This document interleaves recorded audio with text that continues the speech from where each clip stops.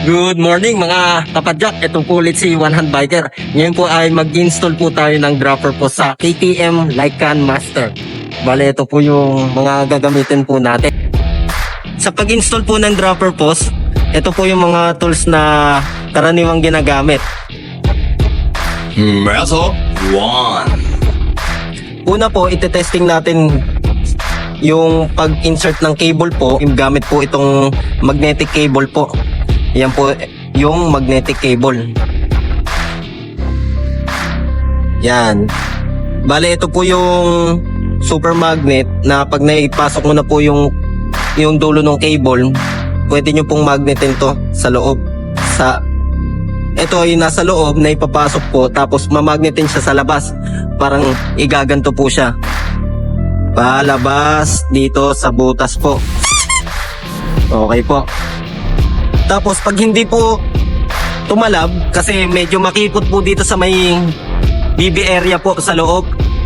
Pag hindi po natin na i-magnet po yun pataas, kasi minsan may ano na dahilan na namamagnet din po yung mga wire po. Kasi yung mga wire na gamit natin sa mga shifter cable or brake cable, meron pong ano yan eh, parang bakal. Yun nga yung mga maliliit na wire na alambre, ayun yung namamagnet po nung magnetic po. Kaya minsan ayaw tumuloy, naglalaban. Metal 2. Tanggalin po natin nitong crankset, pati po yung press fit na BB. Gamit naman itong BB installer and remover po. Tapos gagamit din po tayo ng mga Allen tool po, yan. Tapos meron din po tayong Allen tool na separately na maliliit. Tapos meron din po tayong gamit na cutter. Yan po yung pamputol ng cable po. Okay po, itong dropper post na ito ay dati na rin pong nakakabit dito, kinabit na. Then sinervice na lang po kasi nagkaroon na rin ng problema. Tinry ko po na ayusin po. Meron din tayo dito na KTM bike grease para sa paglagay ng cable po mamaya. Pati itong carbon grease. Yan, kasi carbon po itong pag-installan po natin. Yan. Para pag pinasok po dyan yung seat post, hinigpitan, hindi po siya bababa. O nga pala mga kapadyak, magpapalit din po tayo ng housing ng cable. Tapos magpapalit din po tayo ng cable para sa dropper post. Ang ginagamit po na cable dito sa dropper post po ay yung shifter cable po. Makikita nyo po yung sa ulo, magkaiba po yung brake cable pati ng shifter cable. Mas malit yun sa shifter cable po. Bali, ang laman po niyan ay cable housing po para sa shifter cable po.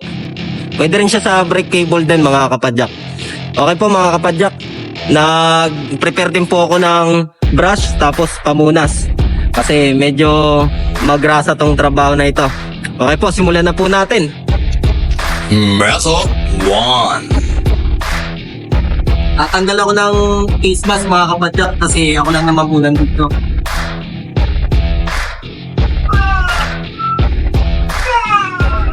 Pwede natin matansya din po yung haba ng cable sa pagtupat ko.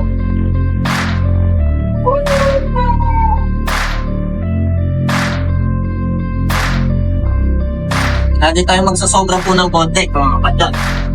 Kapag buulangin or palangin.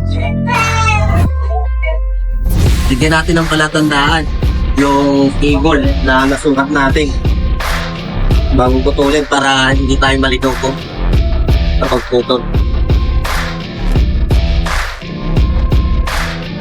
Okay po, gamit itong bolt cutter. Gamit itong cable cutter. Puputulin natin tong shifter cable po na gagamitin natin sa dropper post. Nabili lang po namin to sa Lazada. Ising-easy po itong pupulin lang. Yan.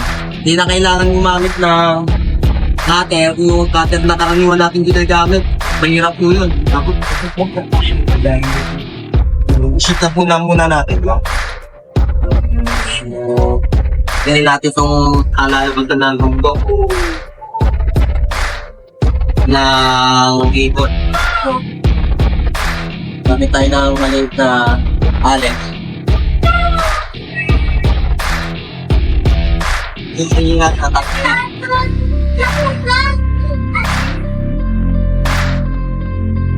Ito natin papalit. Table mga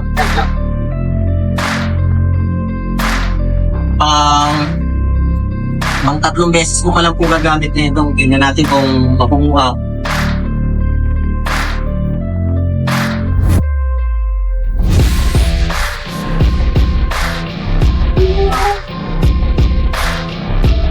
Unahin ko dito yung shoot sa basic post ng mga kapatid.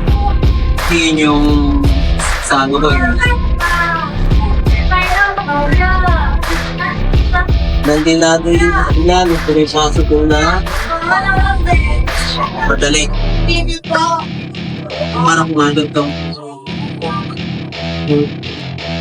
Kasi tulad nga ng sampo mga bandang. May mga kumakapit kasi yung magnet ng cable na gamit natin dito sa mga mechanism dito sa loob. Natin kapayin ko yung actuator.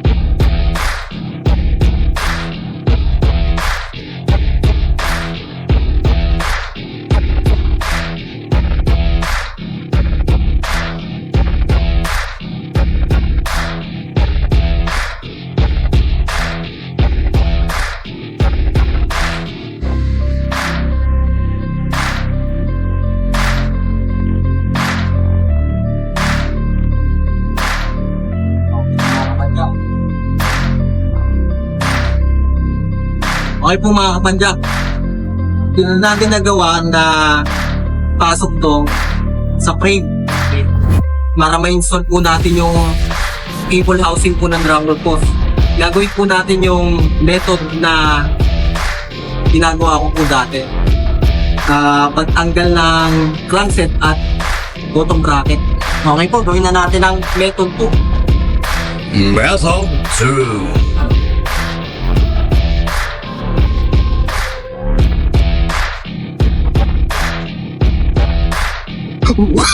Oh, no, no, no, no.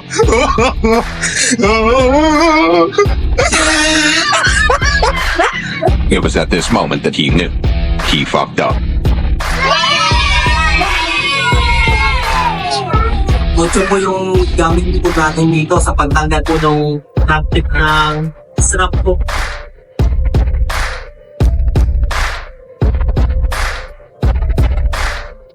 Next to higil po to. Nilak mo yun dito. Halos lahat ng strum po may lock po doon. 7 speed hanggang po. Kung mo nakita ko may lock. Tapos, ulitin lang po natin to. Para ma-analyze ko na natin yung bottom bracket. Po, nahugot na natin. Po, katulad yan. Natumi po.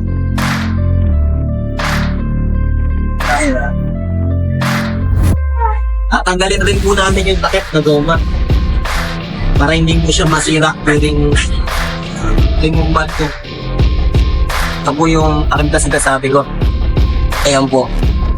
Para hindi siya masira pag ginamitan ng pang-remove po ng bottom bracket. Meron po kami dito proper tool na pagtanggal po ng bottom bracket na ginagamit. Ito po. Napili din po lang namin sa Lazada po ito. Tagal lang po namin gamit ito. Dati gumagamit kami ng mga basic po. Pinukok po kaso nakakaawa yung carbon bike pag pinukok po. Tapos minsan baka masira yung bottom bracket. Sa pagkakataong itong mga kapadyak, may problema. Hindi kasya to. Mga kapadyak, GXP po yung bottom bracket niya. Pagkaiba po yung size dito sa may crankset, pati doon sa spindle po, doon sa left arm. Kaya kailangan natin gamitan ng taas. Joke lang. Kailangan natin pukpukin po. Natry ko pong pukpukin. Bali, itong tool na ito ay kasya po doon para itulak yung kabilang singko.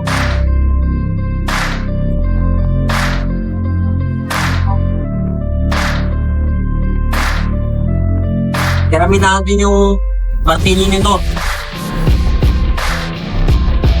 Dito po tayo sa side na ito tapos bigyan na natin itong sabag para impact pa niya.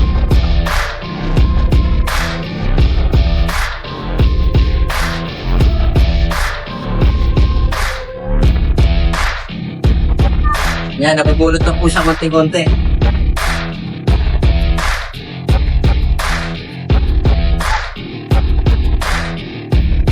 Yakit po tayo nito ng yung bolt niya, medyo mataas ang ulo.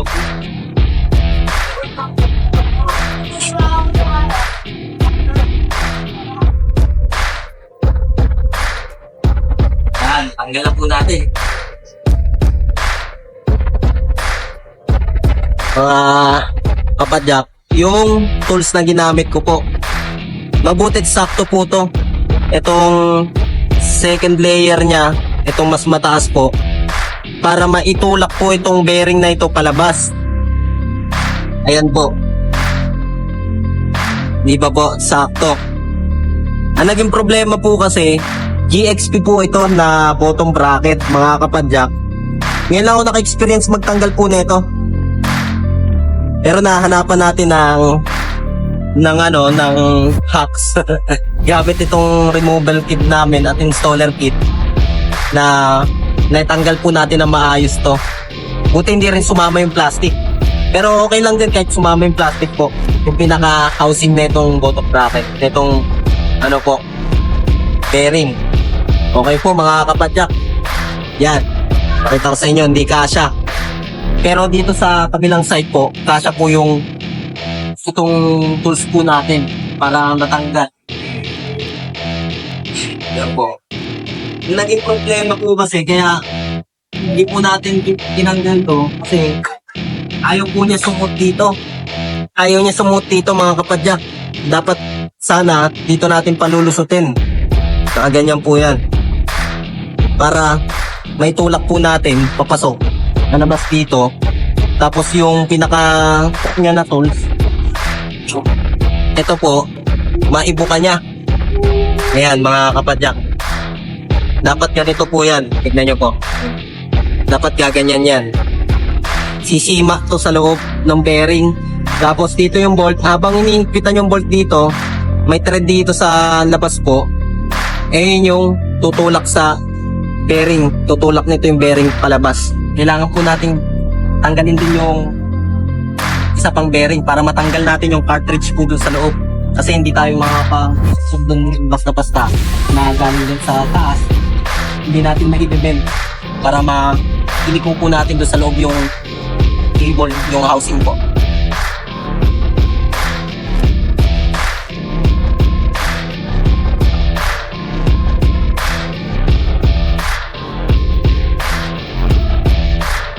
Tanggal na po natin yung kabilang bearing. Makikita nyo po doon sa video. Nakita na yung butas. Ito yung sinasabi ko mga kapadyak. Yan. Diba? Suwak na suwak tong bearing. Yan o. Tinulak niya. Nakita nyo? Yan o, yung sumimak. Sumimak siya. Next po natin tatanggalin yung plastic mga kapadyak. Gamit pa rin po itong source na packs.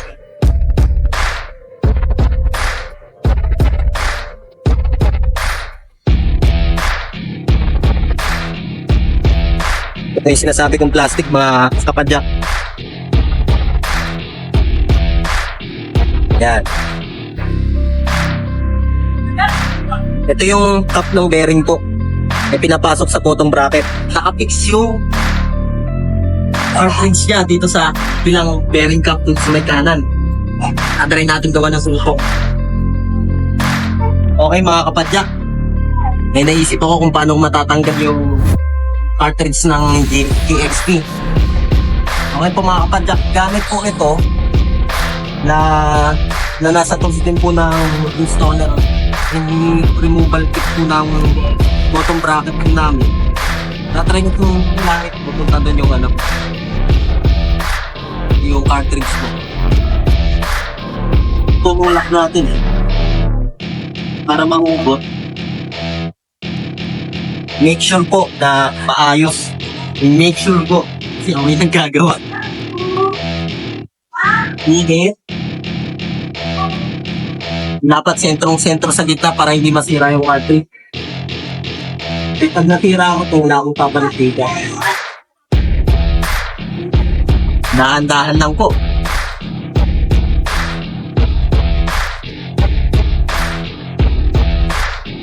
Take note, mga kapadyak, first time ko magkalas po ng GXP na totong bracket. Medyo malambot lang po kasi plastic siya.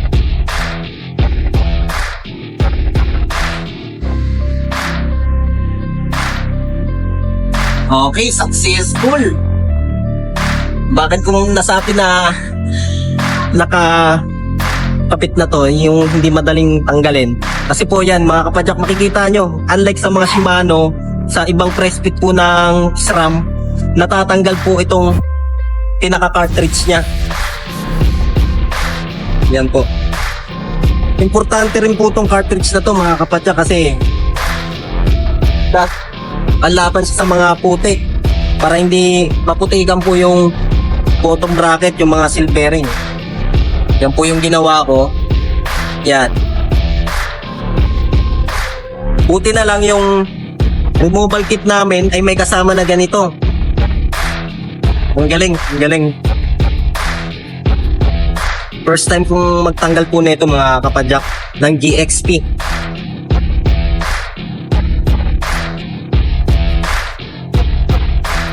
Nasusunod, gagawa po ako ng close-up video para makita nyo kung paano ko po kinakalas ito. Maganda po talaga na may proper tool para maalagaan po yung mga pyesa natin, lalo na yung frame. Okay, pasok na. Pasok na po natin po.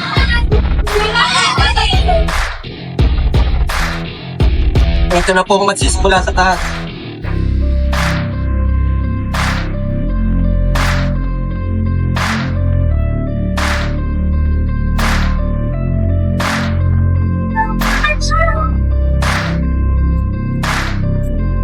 Ayan po, mga kapadyak, no? Bumabas na yung table dito. Ayan po. Kita niya yung cable, hindi po yung kable. Unasan ko muna po sa loob kasi puro putik. Okay. Simulan na po natin. Paangatin yung kable. Galing dito, mga kapadyak, tuluktutin ko yung kable pataas po. Tapos pag naipasok nyo na po ng maayos pataas, pwede nyo nang itulak doon sa taas yung kable po doon. Pag tinulak ko po yun, mag-e-exit na siya pataas. Gamit tayo ng plies. Or long pala.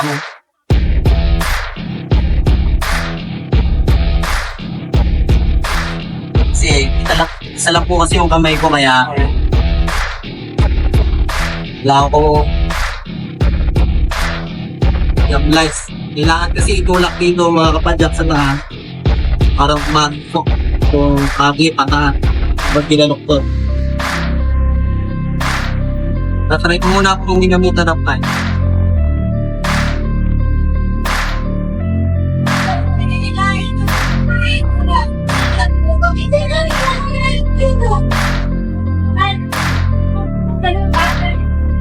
Hindi na natin po nag-go.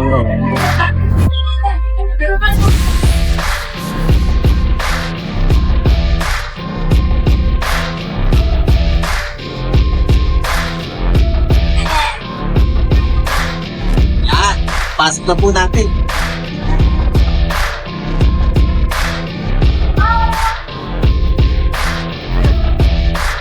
Eh, mga padyak, makikita nyo. Okay po, natin mga padyak. Sakto lang din po yung putol ko ng cable kasi pag ginaba natin yung dropper boss, dito naman po kakapit. Okay. Next step, kakapit po natin tong kable naman po. Ang ginagawa ko po sa pagkabit na ito, mga kapadyak, ng kable, naglalagay ako ng grasa. para madulas po sa loob ng kable. Hindi siya mag-corrosion sa katagalan. Para smooth na smooth po yung engagement niya. Gagamitin ko naman po dito is KTM Bike Grease. Bali silicone po ito, mga kapadyak. Sa ngayon wala pa po kaming available na ganitong basa na binibenta.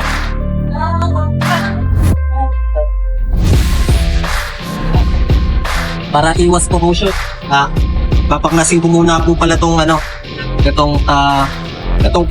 cable ng dropper post na to.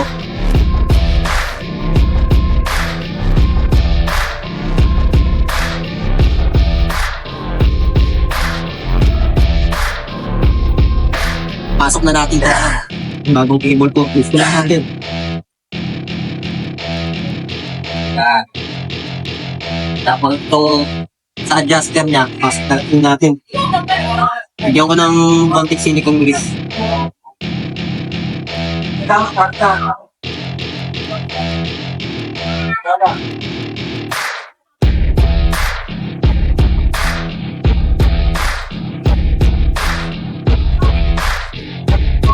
Buulan na po mga kapadyak.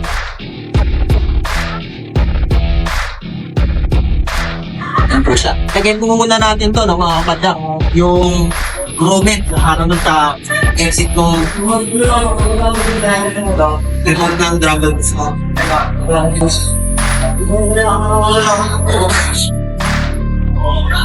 Dito natin. Mga kapadyak, kinakailangan po natin tanggalin tong handle grip, no? Bale, yung pinangtanggal ko bilang lube para matanggal siya, yung pinanlagay ko na yung nakikita nyong basa ay alcohol. Alcohol na lang nilagay ko po para mas mabilis siyang matuyo. Bale, carbon handlebar po itong naka-install sa KTM Lycan Master po. Okay, kakalasin ko muna po to. Itong XT na brake set, pati itong shifter. Pero tatry ko muna po dito kung pag pinindot ba yung trigger nung dropper post, kung tatama siya dito o hindi, or kung maganda ba siya kung dito nakalagay or dito. Okay po mga kapadyak.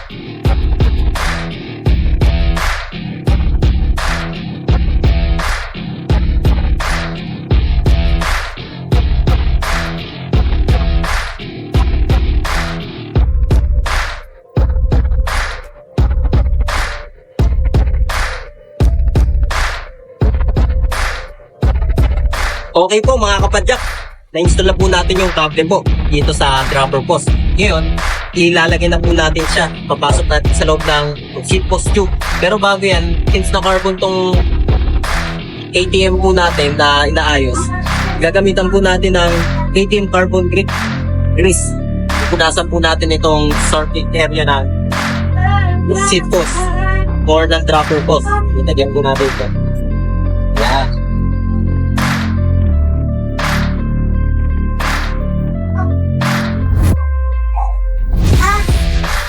Okay, talagyan ko na po. Ito po yung KTM Grip Grease, Carbon Grip Grease. Ito po. Yan.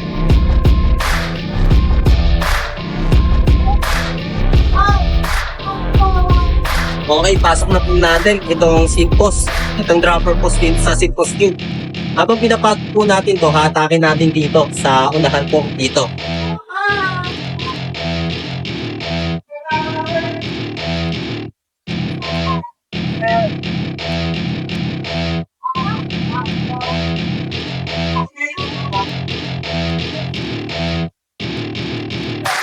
Yan.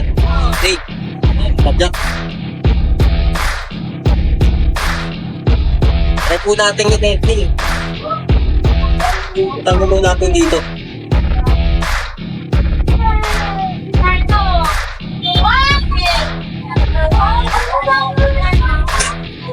Tapos magigpit din po tayo dito sa dropper post, sa seat post po. Kita natin tong seat plug.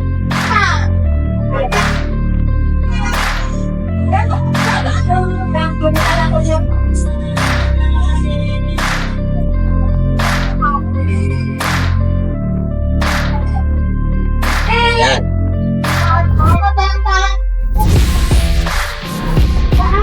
Testing po natin kung lulupig siya. Oh, bang. Yun na lang po ang pwesto mga kapatid. Yan.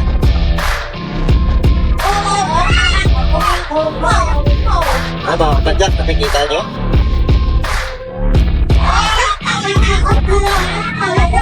So, pag pinindot ko yung trigger dito, angat siya. Okay. Testing natin kung maganda yung pagkaka-service ko na itong ano po, dropper post. Ang naging problema po kasi nito, yung pag nilalagyan ko ng weight. Ito po ay lulubog pag pinindot yung trigger, pag merong bigat po. O kung nakaupo ngayon. Hindi ko makapindot eh. Dito. Ayan. Yan. Yan. Tapos aangat siya pag inangat mo po yung bigat ko ng konti. Ayan.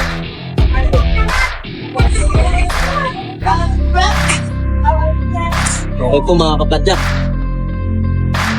Next naman po natin, ikapit na natin yung bottom bracket pati yung crankset.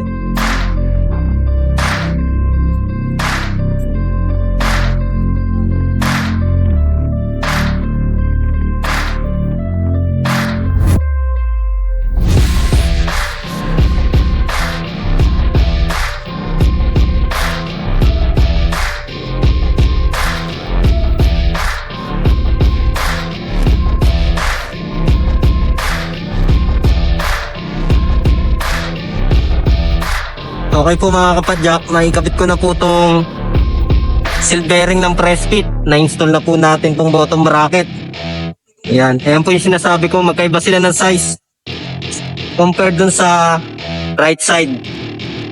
Ayan po, may install na natin po yung crankset.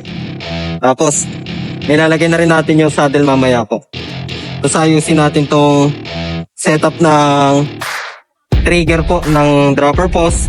Pati itong shifter po ng rear derailleur.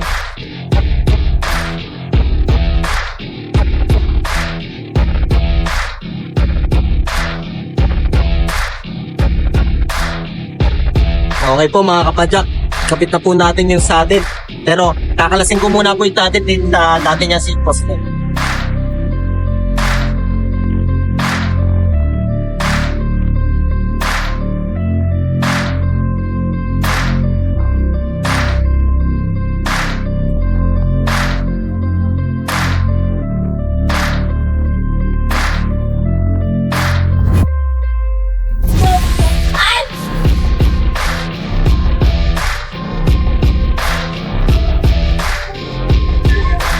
Okay.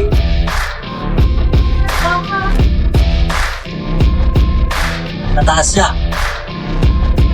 Nagsusukat ako na itong mga kabadya. Itong box na to, yung susukatan sa kilikili hanggang dito sa may palad.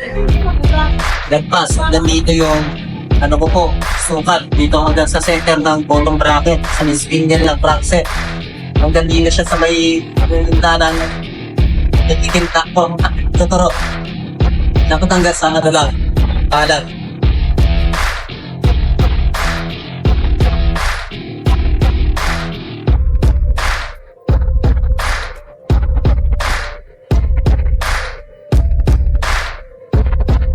Mga kapadyak, ang next naman po natin ay yung sa trigger. Yung adjustment ng trigger, kung gaano kalayo sa shifter and sa brake mounting. Para hanapin natin yung comfortable na pag nakaupo ka, doon siya magandang pindutin. Yung dropper post, pati yung shifter.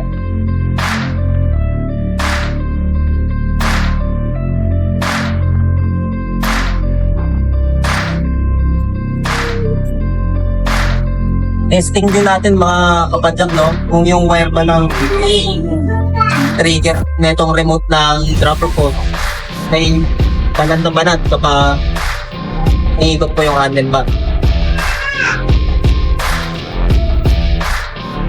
Na-adjust din tayo ng hangin. Mamaya mga kapadyak. Ngayon, testing natin kung buhat bababa. Yan. Okay. Nakikita ko mga kapadyak. Yan.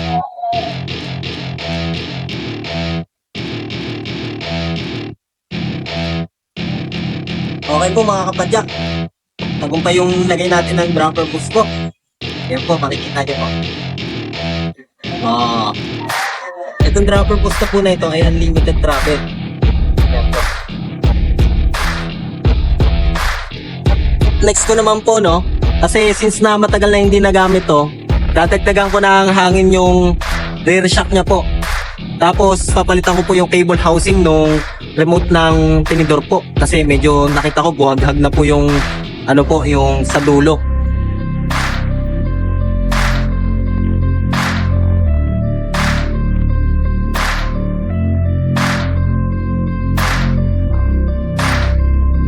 Okay mga kapadyak, testing natin yung ano, yung dropper post. Yan, dahan-dahan siya kasi dahan-dahan lang yung ngipin.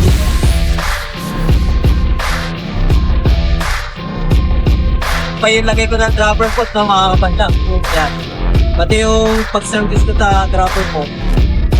Ganda rin po, hindi na lumulubog. Magtitiling dito. Kasi dati sa kanya, naging problema niya, lumulubog po kasi. Bali, nagpalit tayo ng pati ng joint.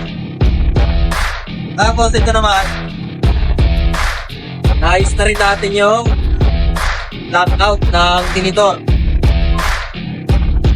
Ito po. Ito yung nag-play.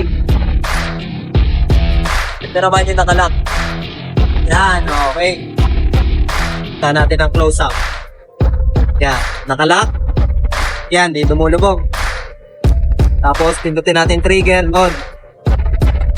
Yan, naka-play. Naka-pax 34 feet 4 po siya. Yan. Okay, ganda yung adjustment ng wire na dito. Okay, okay na si Lycan Master.